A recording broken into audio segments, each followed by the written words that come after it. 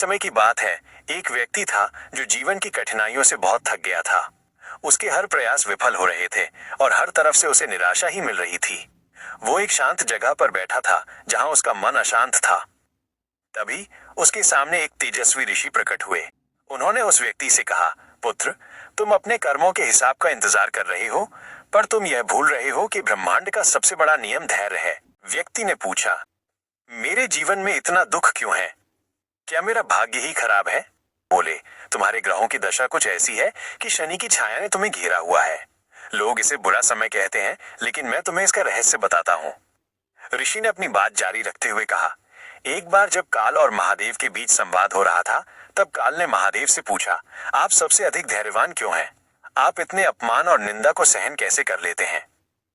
महादेव ने मुस्कुराकर उत्तर दिया, क्योंकि मैं हर चीज को सिर्फ उसके परिणाम से नहीं देखता। मैं जानता हूं कि मेरे भक्तों का धैर्य और उनकी सहनशीलता ही उनका असली कवच है। मैं उनका कर्म देखता हूं, उनका समर्पण देखता हूं, और मेरी कृपा हमेशा उनके साथ होती है जो बिना किसी बदले की उम्मीद के चुपचाप अपना काम करते हैं। महादेव जानते हैं कि तुम्हारे जीवन का ये समय सबसे महत्वपूर्ण है।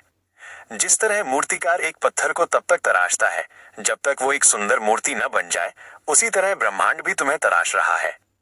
ऋषि ने उस व्यक्ति के कंधे पर हाथ रखा और कहा, तुम्हारे ग्रहों की दशा तुम्हारे कर्मों की परीक्षा ले रही है। तुम्हारे भीतर की चुप्पी तुम्हारी सबसे बड़ी शक्ति है। जो तुम सह रहे हो वो तुम्हारी सबसे बड़ी पूंजी है।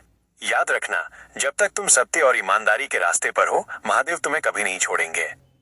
और ये कहकर ऋषि अंतर्ध्यान हो गए। उस व्यक्ति ने अपनी आंखें खोली। उसे अब अपनी परेशानियों का दुख नहीं, बल्कि एक गहरा संतोष महसूस हुआ।